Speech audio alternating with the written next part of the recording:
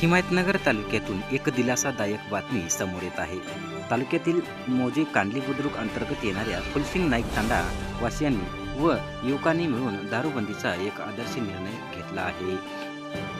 फुलसिंग नाईक तांडा येथील सर्व दारू बंद करण्यात आली असून दारू विकणाऱ्याला 50,000 रुपये दंड व पकडून देणाऱ्याला 10,000 रुपये बक्षीस देण्याचे सवाल जाहीर केले आहे। या स्तुत्य उपक्रमाबद्दल स्वाध्याय परिवारातर्फे दारूबंदी करणाऱ्या युवक व गावकऱ्यांचा सत्कार समारंभ पार पाडण्यात आला। टाकराळा ग्रामपंचायतचे सरपंच बाळासाहेब शिंदे पाटील, ज्येष्ठ सामाजिक कार्यकर्ते तथा पत्रकार गंगाधर वाघमारे यांनी मार्गदर्शन केले।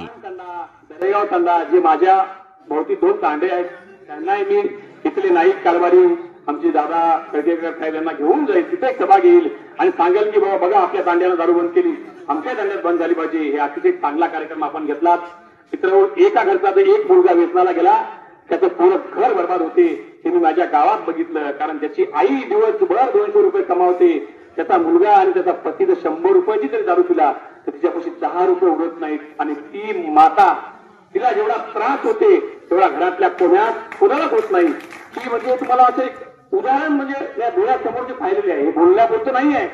ज्याच्या घरातली परिस्थिती ज्या मातेच्या हातामध्ये आहे आणि तिचा नवरा आणि तिचा मुलगा दारू पिले, त्याच्या घरातली परिस्थिती तुम्ही बारकाईने बघा।